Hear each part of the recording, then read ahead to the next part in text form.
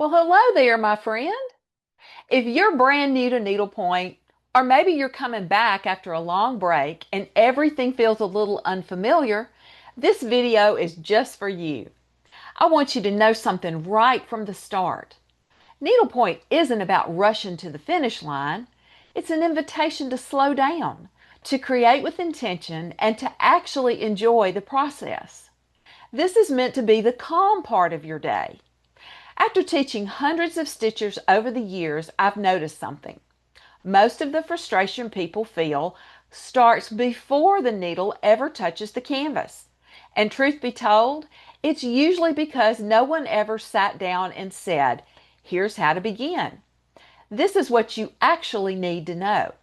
So that's exactly what we're going to do today. I'm going to share 3 essentials that will help you start with clarity, confidence, and here's the important part, a whole lot more joy. And as we go along, I want you to remember this little mantra of mine. Needlepoint rewards patience, not perfection. We're taking this one stitch at a time together. Alrighty, let's dive in. We're starting with essential number 1, the right tools, not all the tools. Did you know that most beginner mistakes don't start with stitching? They actually start with using the wrong tools. Needlepoint gets so much easier when your tools are working with you instead of against you. And the good news? You don't need a lot to get started. You just need the right things. So let's talk about what's essential. You can see here I have a whole collection of things. But first, you need a canvas. Then you need the threads. And you need the needles. And you need a good pair of scissors. This is where I see beginners get a little bit overwhelmed.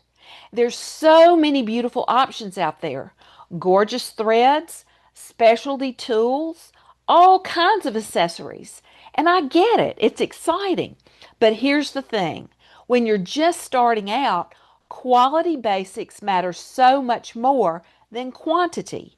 A good tapestry needle that's the right size for your canvas. Threads that glide through smoothly. Scissors that actually cut cleanly. These simple things make all the difference. There's a big difference between what's essential and what's nice to have.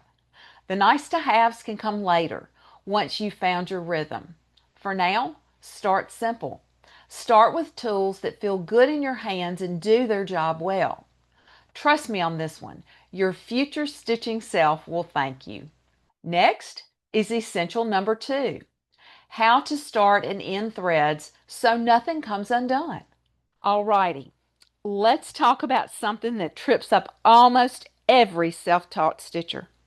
And if you've ever worried about your stitches coming loose or wondered why the back of your canvas looks like a tangled mess, you're going to want to lean in for this one. A lot of people will tell you that the way the back of your work looks doesn't matter, but I'm here to tell you that it does. When you know how to start and end your threads correctly, you can stop worrying about your stitches coming undone, and you'll even begin to wonder why it ever felt so intimidating in the first place. Now, I know what some of you might be thinking. But Ellen, can't I just tie a little knot? And I understand the impulse. It seems like the simplest solution, right? But here's why knots aren't the answer. They'll create lumps that can show through on the front of your work. And they can pop through to the front over time or even come undone. And they make the back of your work look sloppy and uneven, which actually affects how the whole piece looks and feels. The way you start and end your threads affects 3 important things: how neat the front looks, how tidy the back is, and whether your stitches stay secure or work their way loose later. This is one of the places I see self-taught stitchers pick up habits that hold them back. Not because they're doing anything wrong on purpose, but simply because nobody ever showed them a better way. So if that's you, you're not sunk as a stitcher. You're just ready to learn something that's going to change everything. And that brings us to essential number 3, learning in the right order. Okay, tell me if this sounds familiar. You sit down to look up just one thing online. Maybe it's a video showing how to do a particular stitch or a thread recommendation for your canvas. And then suddenly, 2 hours have disappeared. You've got 27 browser tabs open, a Pinterest board full of stitch ideas you'll probably never use, and absolutely no memory of what you were originally looking for. Ask me how I know. The internet is a wonderful thing, but it can also scatter our focus in 100 different directions when what we really need is a clear path forward. And here's what I've learned after all these years of teaching. Knowing who to learn from and how to learn matters just as much as what you learn. Sequence beats talent every single time. Beginners don't fail at needlepoint, they're just learning things out of order. They're trying to run before they've had a chance to walk. And that's not their fault, it's just what happens when there's no roadmap.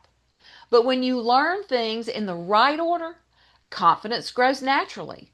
Each new skill builds on the last one. And suddenly, needlepoint stops feeling overwhelming and starts feeling exactly like what it's supposed to be, a joy. Before we wrap up, I want to share something with you. I didn't come to needlepoint because I wanted a productive hobby. I actually came to it because my granny sat me down and taught me how to stitch. I was just a little girl then, only 9 years old. And I had no idea that those quiet moments stitching with her would stay with me for the rest of my life. That's what needlepoint has always been for me. Steadiness. A reminder that beautiful things are created stitch by stitch, and they're worth taking your time over. When you learn the basics the right way, stitching becomes a relaxing creative outlet, and it starts giving back calm, focus, and a quiet kind of confidence that spills over into other parts of your life too. If you'd like a little encouragement and guidance along your own needlepoint journey, I'd love for you to join me for Needle Notes. It's my weekly email where I share tips, tutorials, and gentle reminders for ways you can stitch with confidence and joy. You'll find the sign up link right below this video. It's just a friendly note from me each week, cheering you on as you slow down, stitch with intention, and enjoy the process. Alrighty, until next time, my friend, remember, needlepoint rewards patience, not perfection.